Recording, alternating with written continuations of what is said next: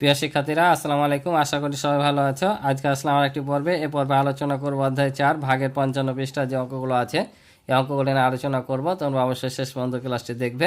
আমি তোমাদেরকে সহজ করে বুঝিয়ে দেওয়ার চেষ্টা করবো ইনশাআল্লাহ। আর আমার চ্যানেলে নতুন হয়ে থাকলে অবশ্যই চ্যানেলটি সাবস্ক্রাইব করে আমার পাশে থাকবে। আর ইতিপূর্বে যারা আমার চ্যানেলটি সাবস্ক্রাইব করে রেখেছো তাদের অসংখ্য ধন্যবাদ। তো চলো আমরা অঙ্কগুলো শুরু করি। তো প্রথমে এখানে দেখতে পাচ্ছ একটি অঙ্ক দেওয়া আছে। এখানে করে দেওয়া আছে যে এত মিটার ফিতাকে 8 জন শিক্ষার্থীর মধ্যে সমানভাবে ভাগ করে দিলে প্রত্যেকে কতটি করে ফিতা পাবে। অর্থাৎ গাণিতিক বাক্যভাবে দিয়ে ভাগ করেছে তোমার। অর্থাৎ এখানে ভাগের প্রক্রিয়াগুলো শুধু দেখিয়েছে, ঠিক আছে, যে কোনটাকে কিভাবে ভাগ করতে হবে না করতে হবে এগুলো দেখিয়েছে। তো আমাদের আসল উদ্দেশ্য হচ্ছে ভাগ শিখা। তো আমরা নিচের ভাগগুলো শিখবো। তো চলো, এখানে তো কিছু দেখার নাই, আমরা সরাসরি খাতায় যেয়ে তোমাদের অঙ্ক করাই এবং বুঝাই। তো দেখো তাহলে আমরা এখন ভাগ করব। আমরা গত পর্বে শিখেছিলাম যে এখানে ভাজ্যের ঘরে ছিল 3 অঙ্ক, এবার হচ্ছে 4টা। ভাজক একটাই অঙ্ক আছে, কিন্তু ভাজ্য গত পর্বে ছিল তোমার 3টা অঙ্ক, আর এবার আছে 4টা। তো যতগুলো থাক না কেন ভাগ করার নিয়ম একই। আমরা প্রথমে এখানে জয়টা অঙ্ক থাকবে অর্থাৎ জয়টা ঘর থাকবে, এখানে তয়টা ঘর নিব। যদি না হয় তাহলে তার চাইতে একটা ঘর বেশি নিব। তাহলে আমরা দেখতে পাচ্ছি এখানে একটা ঘর আছে অর্থাৎ একটা অঙ্ক। তাহলে আমরা এখানে যদি একটা অঙ্ক নিই তাহলে এখানে হাজারের ঘরে 2 নিলে আমাদের 4-এর চাইতে 2 ছোট যাচ্ছে। তাহলে আমরা কি করব, শতকের ঘর থেকে আর একটা অঙ্ক নিব। 21 হলো। এখন 21কে আমরা 4 দ্বারা ভাগ করব। তাহলে 4-এর নামটা কত ঘর পর্যন্ত পড়লে আমরা 21 পাবো। তাহলে আমরা দেখছি 4 × 5 = 20, 4 × 6 = 24। তাহলে 24 21-এর চাইতে বেশি হয়ে যাচ্ছে, কারণ আমরা বেশি নিতে পারবো না, সব সময় কম নিতে হবে। তাহলে দেখো 24 এখানে কি নেওয়া যাবে, 24 বড় যাচ্ছে। তাহলে কত নিব, 4 × 5 = 20 নিব। অর্থাৎ এখানে বসবে 5 আর এখানে বসবে 20।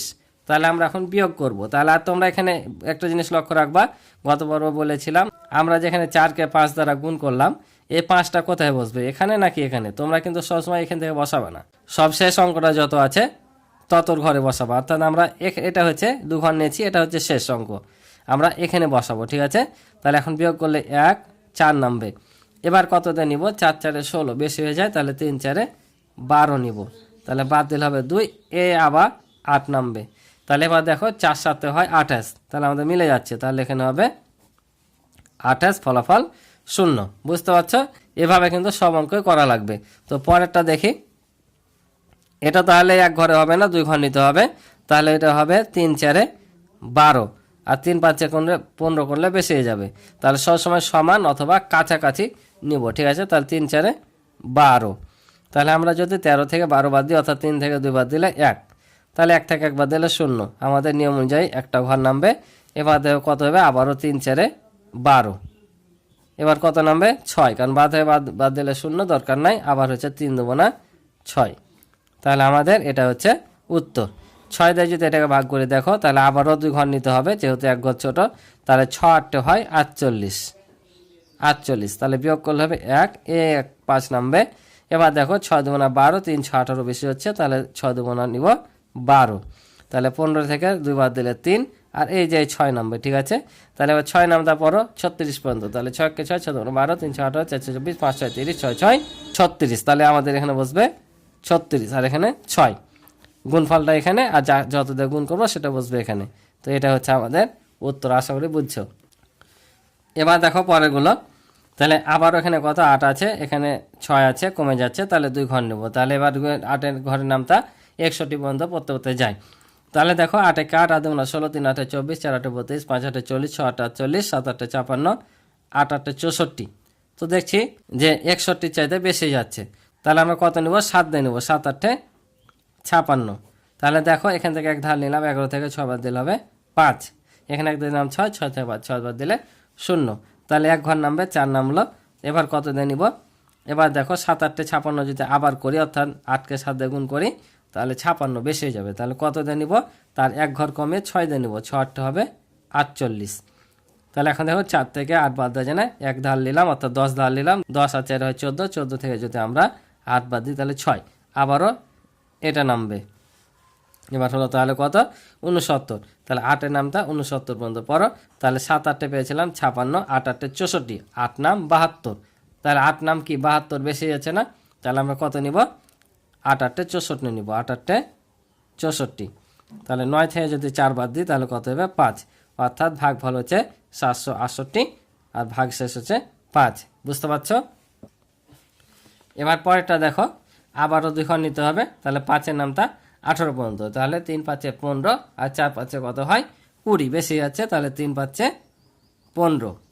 তাহলে দেখো 8 থেকে 5 বাদ দিলে কত হবে 3। তাহলে 1 থেকে 1 বাদ দিলে 0, 0 নিব না, তাহলে এখানে 2 নামবে। আবার দেখো 5 6 30, কারণ আমরা যদি 7 দিয়ে গুণ করি 5 7 35 হয়ে যাবে। তাহলে 5 6 30, 2 3 নামবে। আর এখানে আবারও 4 5 20, ভাগশেষ হচ্ছে 3। বুঝতে পারছো? এবার দেখো 6 এখানে আছে, প্রথম ঘরে 7, তার মানে আমাদের একটা অঙ্কই নিলে যথেষ্ট, আর নিতে হচ্ছে না। তাহলে এখানে 6 কে 6 বাদ দিলে হবে 1, এ 8 নামবে। এবার 3 6 18, এ 2 নামবে। এবার দেখো একটা ভালো জিনিস, এখানে 2 আসছে, এটা দিয়ে এটাকে ভাগ যাচ্ছে যায় না। তাহলে আমরা এখানে 1 ঘর নামার পরে এটাতে ভাগ যাচ্ছে না। তাহলে আমাদের এখন কি করতে হবে? তাহলে যখন 1 ঘর নামিয়ে ভাগ না যাবে, তখন আমাদের এখানে আর একটা ঘর নামাতে হবে। 24 নামালাম, কিন্তু আমরা ভাগের নিয়ম অনুযায়ী এখানে কয়টা অঙ্ক নামাতে পারবো? একটা। কিন্তু আমরা নামালাম কয়টা? 2টা। যখন এভাবে 2টা একসঙ্গে নামাবো পটাপটি, অর্থাৎ সঙ্গে সঙ্গে, তখন কি হবে? এখানে একটা শূন্য নিতে হবে। বুঝতে পারছো? যখনই আমাদের এখানে একসঙ্গে 2টা ঘর নামাবো, তখন এখানে একটা শূন্য নিতে হয়। তাই শূন্য নিলাম।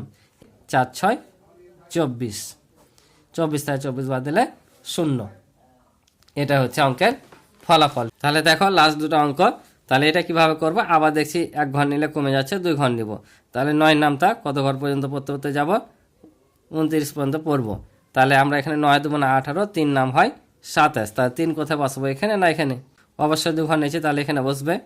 তাহলে কত হয়? 3 নাম 27। 9 থেকে 7 বাদ দিলে 2, এই 6 নামবে। আবার যদি 3 নাম 27 করি তাহলে বেশি হয়ে যাবে, কম নেব। তাহলে 9 দেবো না 18।